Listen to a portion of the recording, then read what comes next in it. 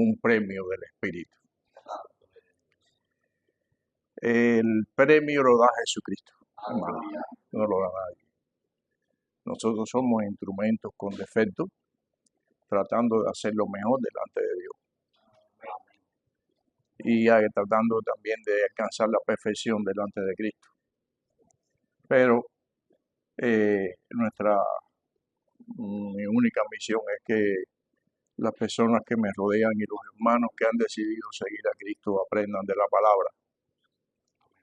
Ese realmente debe ser el único objetivo de todos los que aman a Cristo. Que la gente aprenda de la palabra y se identifiquen como cristianos, que Dios los pueda identificar como cristianos. Muy importante. Estamos en las cartas paulinas y ahí siempre los textos los pongo.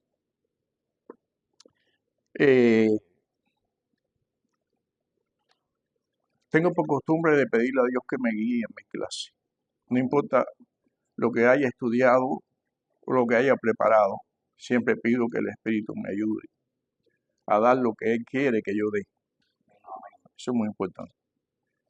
El mensaje que llegue a las vidas. Los conocimientos de nosotros son nada. No es nada si no llega a los corazones de los que nos están oyendo. No es nada, no somos nada, ni sabemos nada, ni los títulos nos valen de nada, si lo que estamos diciendo no llega al corazón de la audiencia. Y eso es lo más importante. Por lo tanto, yo tengo hace ya muchos días, como compartido con mi iglesia, tengo la gran inquietud y responsabilidad de ponerle al día en cuanto a lo que está sucediendo en Israel. Tengo planificado casi muchas clases acerca de las cartas de Pablo, pero está sucediendo algo que no podemos ignorar. La nación de Berea está pasando por cambios diarios y esos cambios nos indican un camino y un acontecimiento que no podemos ignorar. No podemos, lo he dicho muchas veces en la congregación, se lo digo a todos los hermanos. Ayer tuve una conversación con mi hijo acerca de esto, porque él va a otra iglesia, él vive un poquito lejos, y le hablé de estas cosas que están aconteciendo en Israel. Porque se lo dije, no puedes ignorar lo que está pasando en Israel.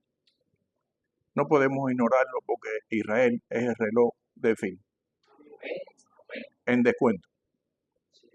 Ve un reloj que aumenta la hora, no, es un reloj que disminuye hasta que el Señor venga.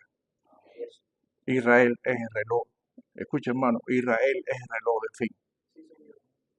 Los discípulos de Jesús estaban muy preocupados, el Evangelio aparece, y les preguntaron a Jesús, dinos cuándo se harán estas cosas. Y él les dijo a sus discípulos, no me toca a mí ni a ustedes saber los tiempos y las sazones que solo Dios ha puesto en su potestad. Pero cuando veáis la higuera, el árbol principal, el árbol que representa Israel, echando flores, sabéis que el tiempo ha llegado. Y esto no lo podemos ignorar. No lo podemos ignorar, hermano. Quiero comenzar leyendo, después le voy a mostrar otras cosas. El 1 Corintios capítulo 6, verso 19.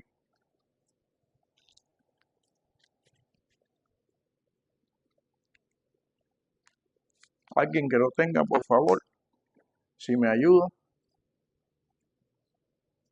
¿O ignoráis que vuestro cuerpo es templo del Espíritu Santo, el cual está en vosotros, el cual tenéis de Dios, y que no sois vuestro? Oiga, el privilegio. El primer tabernáculo que conoció el pueblo de Israel lo hicieron en el desierto. hechos de pieles de animales. Y allí estaba la presencia de Dios. Después Salomón construyó uno de los templos más majestuosos de toda la historia de la humanidad. Y allí venía la presencia de Dios. Ese templo fue destruido por Nabucodonosor y nuevamente reconstruido por Herodes el Grande, en los tiempos ya casi de Jesús. Y nuevamente el templo pasó por una gran situación, porque en el 70 después de Cristo vinieron los romanos a sofocar la rebelión judía y destruyeron el templo por segunda vez. A mí eso me da una enseñanza. A mí me da una enseñanza. Porque, como dice en la Escritura, en 2 de Corintios 3:14, lo miro porque no quiero equivocarme, que el pueblo de Dios tiene una venda en sus ojos, la ha tenido por muchos siglos. Y después de Cristo, Él quiere que el pueblo sepa que el templo no es la estructura física. Porque ahí tuvieron una estructura, 3 estructuras tuvieron, una de piel y otra de bien hecha, muy bonita. Pero no entendían el mensaje. Entonces Dios, es una cosa que especulo yo, dijo, pues yo voy a crear un templo que no pueda ser destruido. Y es usted y yo. Donde va a morar el Espíritu de Dios, donde mora el Espíritu de Dios. Y eso no lo puede destruir. No lo puede destruir nadie. Un día este cuerpo va a ser abandonado por un cuerpo nuevo.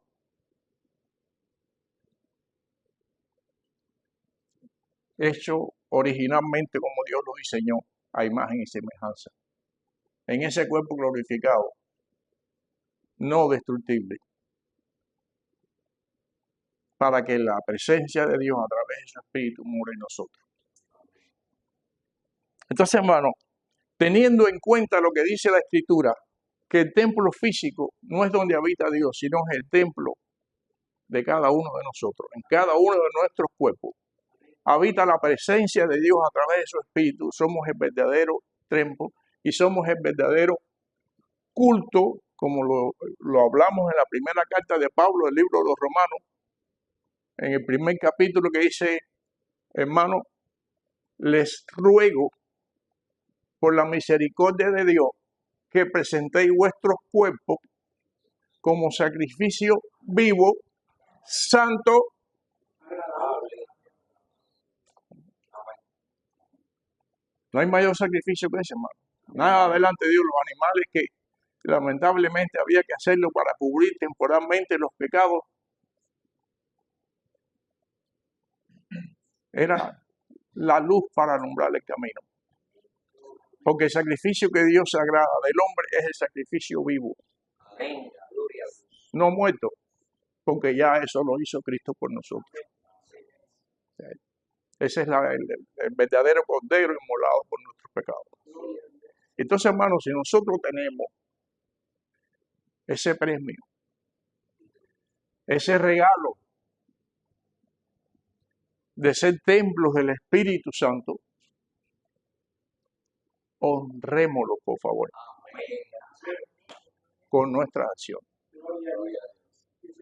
Y cada vez que el enemigo venga a su mente, porque lo he dicho otras veces, por muy entregados que estemos a Dios, no podemos evitar que el enemigo venga a tentarnos. No podemos evitar que la sombra del mal vuele sobre nosotros a traernos diferentes ideas que son contrarias a Dios.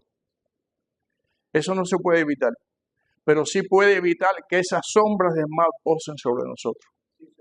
Eso sí podemos evitarlo, si eso está de parte de nosotros. Así que teniendo en cuenta este versículo, de que somos templos del Espíritu Santo, honrémoslo, hermano. Honrémoslo. Lo que más le agrada a Dios es un corazón humillado delante de Él. No hay otra cosa, no hay otro sacrificio. Olvídense de lo que usted puede estar escuchando por ahí, que a veces son cosas tan horribles que dan pena en el corazón. Olvídese lo único que Dios quiere es su honra a través de su actitud. Yo he visto servicios de internet que se hacen en un estadio. Hay iglesias por ahí tan grandes que son como forma de estadio. Cientos de miles de personas. Dándole un servicio a Dios, yo lo encuentro hasta cierto punto bonito. Miles de personas cantándole a Dios. Y después recogen una ofrenda y se acabó el servicio. Alabar a Dios, sí. Nosotros debemos alabar a Dios porque no tenemos cómo pagarle que no sea a través de una alabanza. No hay manera de pagarle. Pero cantas y cantas y cantas y te pasan 2 horas cantando, alabando a Dios. Qué bueno. Pero cuando se van, no saben ni siquiera cuántos discípulos tuvo Jesucristo. Ni cómo enfrentar al enemigo con la espada del Espíritu. No saben. No saben. Yo se lo decía al hermano ahorita cuando entramos. ¿Sabe lo que dice Oseas 4:6?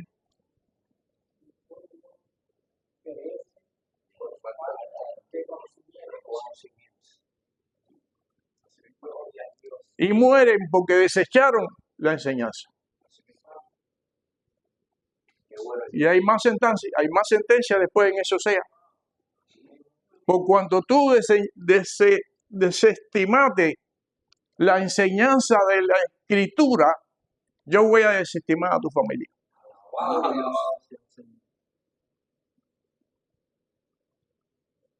Yo no creo que haya personas que no estimen la familia. Bueno, sí lo hay.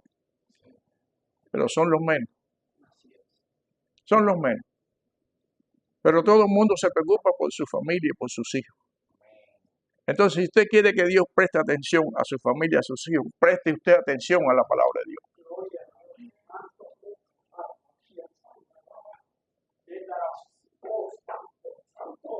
Preste usted atención a la palabra de Dios. La palabra de Dios es nuestra única guía. Nuestro único camino a Jesucristo. Preste usted mucha atención a la palabra de Dios. Y diciendo esto, hermano,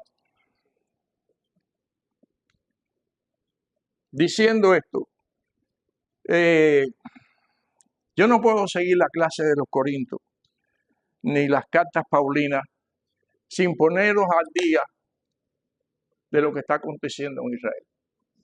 No puedo seguir, hermano. Si usted ve que su hermano, su amigo, su conocido va por un camino donde va a caer en un abismo, y usted no abre su boca, usted es tan malo como el enemigo de nuestras almas. Tan malo, hermano. No deje de decirlo. No le estoy diciendo que siempre le van a hacer caso cuando usted advierte a alguien que ese camino no es el correcto. Muchas veces no lo van a hacer caso. Yo digo que la mayoría de las veces que usted habla su palabra, la gente no le va a escuchar. Pero siempre va a haber alguien que va a decir, no me había dado cuenta de eso. Siempre va a haber alguien. Y como nosotros no sabemos quién es el que va a obedecer y quién es el que no, puede que decírselo a todo el mundo. Tiene que decirlo. No tenemos de otra más. Entonces en Israel, yo le digo, cada día pasa algo nuevo. Miren esto. Miren esto. La fiesta de las trompetas o la fiesta del sofá. Donde ellos piden perdón por su vida. Les decía hace un par de semanas atrás, le puse unos videos donde es inimaginable saber que estas personas conservadoras, la mayoría de ellos son ortodoxos, judíos, conservadores, reacios a creer en Jesucristo. Pero eso está cambiando, hermano. Les traje un video hace 2 semanas de un líder de una de las sectas entre los conservadores. Porque dentro del pueblo de Dios conservador ortodoxo, de esos que se ponen que dejan el choronguito aquí y son muy estrictos, que nada más que viven para el asunto de la palabra, hay diferentes corrientes y diferentes doctrinas.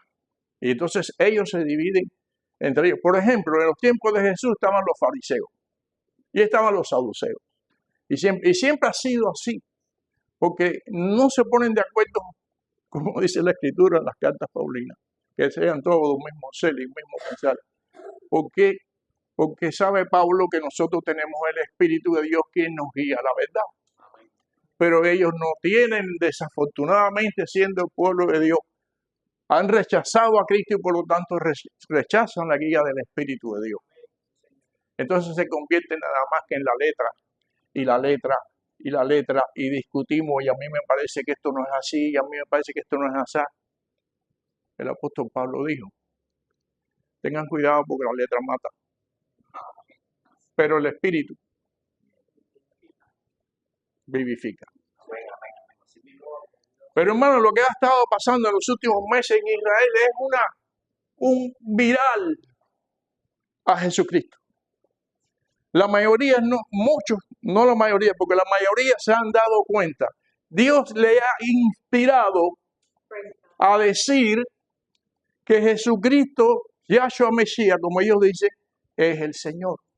Y que ya vino y que ellos no le reconocieron. Eso nunca había pasado en la historia de Israel. Escuche bien, nunca había pasado en la historia de Israel. Reconocer que Yahshua Mesías es el Cristo, eso es el cumplimiento. Miren esto, no lo quiten porque después voy a explicar dónde es ese lugar. Ese no es el muro de los lamentos.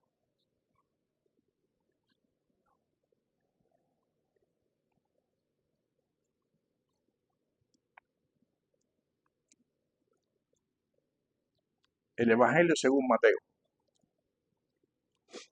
en el capítulo 24. La Escritura dice que llegará el tiempo en que la venda que ellos tienen, ustedes lo han leído, ¿verdad? Yo pensé que estaba dando esa noticia. La venda que han tenido por siglos, hermano, les será quitada antes, escuche esto, antes que venga Jesucristo por segunda vez. Y entonces, ¿por qué nos vamos a quedar así como si nada estuviera pasando? Si usted está viendo que el pueblo original de Dios que Él escogió está perdiendo la venda de los ojos, se les está quitando, se les está entrando la luz de Jesucristo en su vida. Entonces, ¿en qué tiempo estamos viviendo, hermano?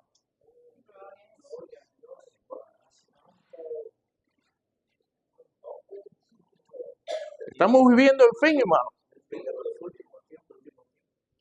Estamos viviendo el fin. Yo no le puedo decir cuántos días faltan, ni meses, yo no puedo decir. Eso está en las manos de Dios.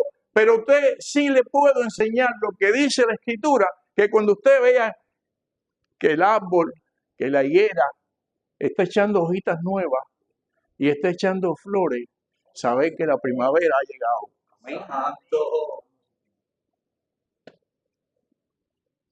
¿Usted cree que eso que está pasando en Gaza está ajeno a los ojos de Dios? Para conocimiento de todo, eso es terreno de Israel. No importa lo que digan los progres, no importa lo que diga la izquierda, que se la pasan defendiendo a terroristas. No importa, esa es la tierra de Israel. Y como les decía, esto que está viendo aquí, ya les voy a quitar la intriga. Desde que Israel conquistó la tierra y Jerusalén en el 1948 por una ordenanza de la ONU. Eso nunca había sucedido, porque ellos no están en el muro de ornamento. Cuando empezó la fiesta de Sofá, este año, empezó en el muro de ornamento. Y cuando está la fiesta del Sofá, o fiesta de las trompetas, no sé si esto le suena a algo, están tocando las trompetas. ¿Qué va a pasar cuando venga Jesucristo? Cuando la final trompeta, ¿qué va a pasar en la final trompeta, hermano? Todo verá. Con las trompetas Jesús va a recoger a los escogidos de los cuatro vientos. Y ahí empieza, esto no es que nosotros no nos quedamos, todavía eso no ha pasado, ¿ok? Pero ya están tocando las trompetas, hermano. Pero ese toque de trompeta del Sofá, en el muro de ornamento, pasó al monte, pasó a la cúpula del monte. Mírenlo ahí. Estaba prohibido desde 1948 que los judíos subieran a la cúpula dorada. Prohibido. Pero el año pasado, la asociación del templo y los judíos más radicales empezaron a exigirle a Netanyahu que ellos también como judíos tenían derecho de estar en la cúpula, porque ahí estaba el templo de Salomón. Aleluya. Y el año pasado empezaron en pequeños grupos, le dieron permiso a pequeños grupos que fueran a adorar al monte. Bendito Dios. Eso empezó el año pasado. Pero este año, y no se sabe por qué no hubo guerra. Porque cuando Dios dispone algo, no hay quien lo cambie. Cuando Dios te abre una puerta, no hay quien te la cierre. Y cuando Dios te cierre una puerta, no hay quien te la abra. Aleluya. Bendito Dios. No se sabe por qué este año, en la fiesta de las trompetas, todos los que fueron a adorar a muro de ornamento subieron al monte donde estaba el templo, al monte donde hoy hay un símbolo pagano. Y subieron y allí lloraron y se arrepintieron por cientos de miles.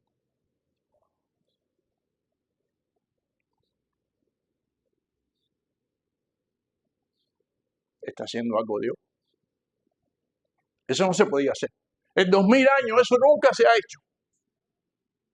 ¿Y por qué ahora?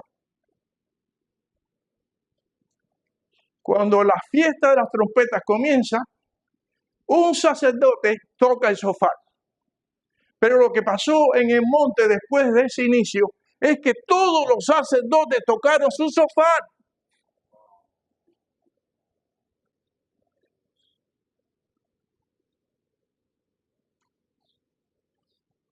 Si usted no quiere ver ese cambio,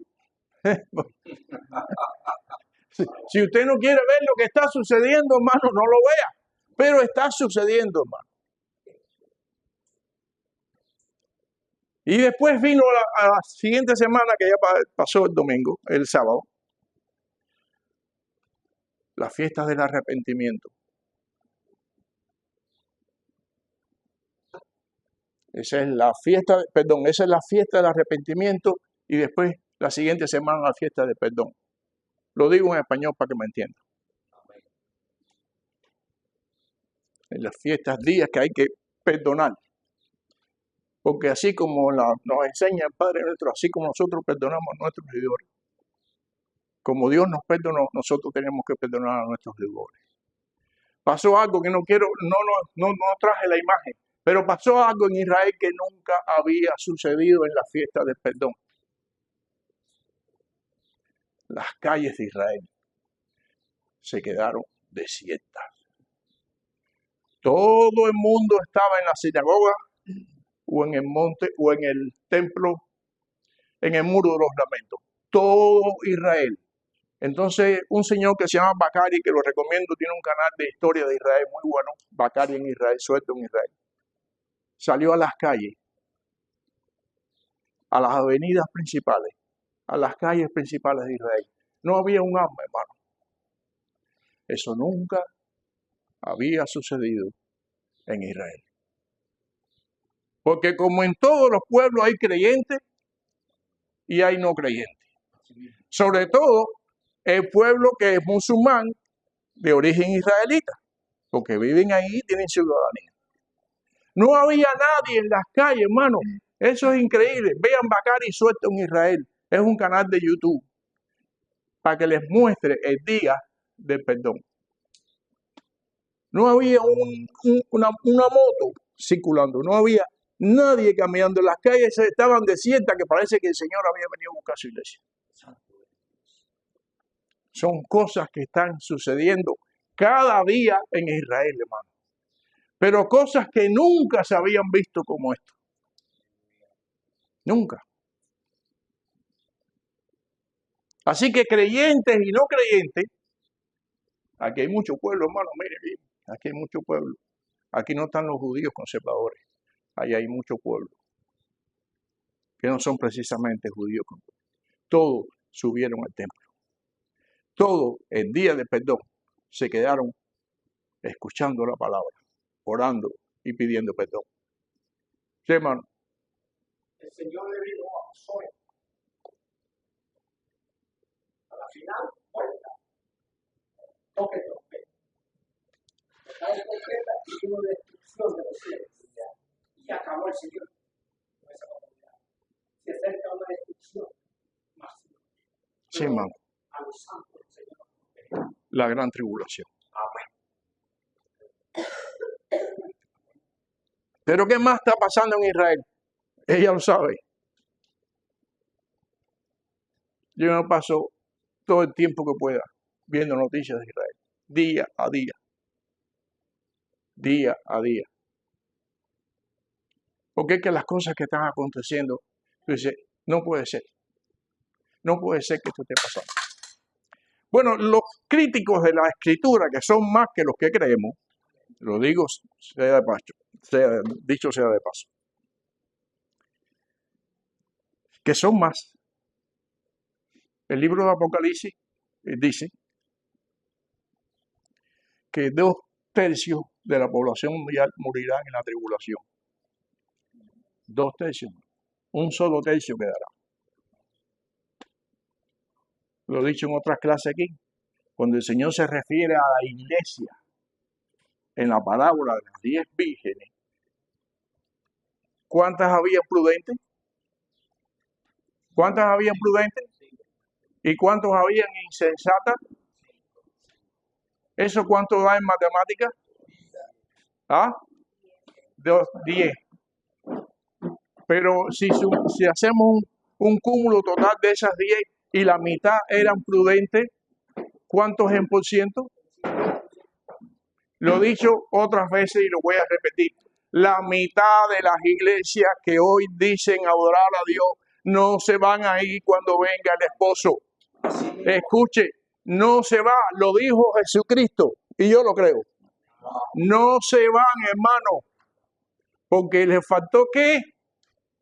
¿Qué les faltó a las imprudentes? ¿Y qué simboliza el aceite, hermano? Y el espíritu. No tienen el espíritu, hermano. No lo tienen, hermano. Y como no tienen el espíritu, ¿qué está pasando en la mayoría de nuestras iglesias? Estamos hablando bobería.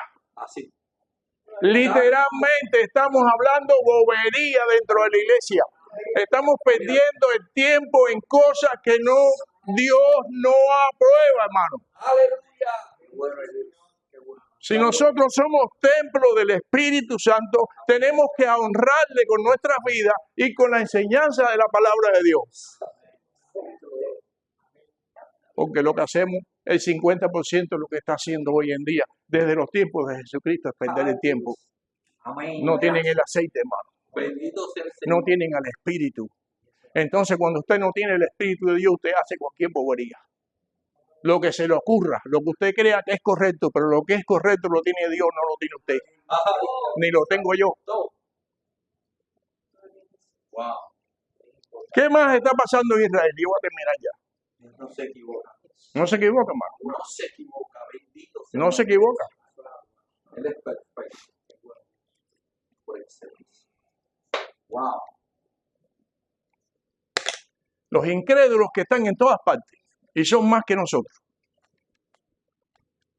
Toda la vida han criticado la Escritura porque como ellos no tienen el Espíritu, pues entonces lo único que les queda es criticar y burlarse de nosotros. De las primeras cosas más antiguas, de las que más se burlan, es que dicen que Melquisedec es una falacia. Lo que sucedió en los tiempos de Abraham, cuando Abraham fue y rescató a su sobrino Lot y se llevó el botín de la guerra, dice que fue a Jerusalén y dio de ese botín el diezmo a un sacerdote llamado Melquisedec, sacerdote del Dios Altísimo. Eso tiene mucho misterio en esa época. En esa época, sacerdote del Dios Altísimo. En esa época. Ahí empiezan las críticas por lluvia. Eso es una historia, eso es una fantasía o eso es una ilustración como el rico y Lázaro, por ejemplo. Y por ahí empiezan a criticarnos. Bueno, hace exactamente de 3 semanas y algo, a pie de este monte, excavando y excavando, escuche esto, por primera vez en la historia, descubrieron el templo de Melquisedec. Santo. Descubierto está, no abierto al público porque no han terminado, pero en las escrituras de las paredes en piedra del templo está, este es el templo de Melquisedec, y están las piletas donde él se lavaba las manos para los sacrificios, y están otros departamentos donde se guardaba las cosas que guardan en el templo y los utensilios. O sea que el templo famoso, criticado por los incrédulos de Melquisedec, está al pie del monte, hermano. Al pie del monte, donde Abraham entregó su diezmo. Ahí está el templo de Melquisedec, con escrituras en piedra. ¿Sabe por qué en piedra? Para que un día, cuando estuviera llegando el fin, el pueblo de Dios lo descubriera. Porque si a lo mejor lo hacen en rollo y en pergamino, se hubiesen perdido. Está escrito en piedra, templo de Melquisedec.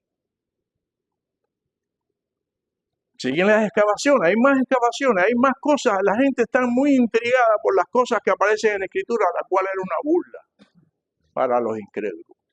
Los incrédulos se burlaban del pueblo de Dios y de lo que decía la Escritura.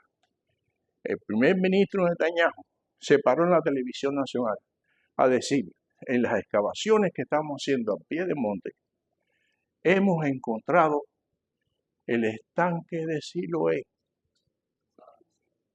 Eso es una fantasía de los cristianos, eso es una fantasía. Nunca ha aparecido en todas las perforaciones que hemos hecho y todas las excavaciones arqueológicas. Nunca se ha encontrado el estanque de Siloé, donde una vez al año venía un ángel y revolvía las aguas y primero que llegaba se sanaba. En el estanque de Siloé, dicho por Netanyahu, donde Jesucristo, cuando dijo eso me pasmé.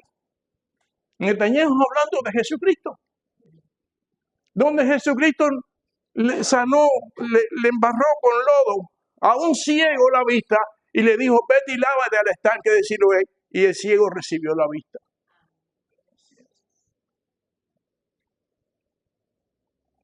Dicho por la boca de Netanyahu. Entonces el estanque de Siloé, ahora sí creen que existió un estanque de Siloé. Bendito Dios. Porque lo descubrieron. Si no veo, no creo, dijo Tomás. Aleluya. Ahí está el estanque. Pero lo más bonito de ese descubrimiento arqueológico es que en la pared del estanque dice estanque de Siloé. Y en ese mismo lugar encontraron una tabla para todos aquellos profanos inmundos que dicen que esa tierra no es de Israel. Encontraron una taja de piedra escrita en hebreo antiguo donde dice que ahí estuvo hace 3000 años a pie de este monte el pueblo de Israel. Arameo y el hebreo antiguo. Para los que dicen que Israel no tiene derecho a esa tierra. Eso lo dijo Netanyahu en la televisión nacional hace más de 3 semanas. Entonces, hermano, ¿qué está pasando?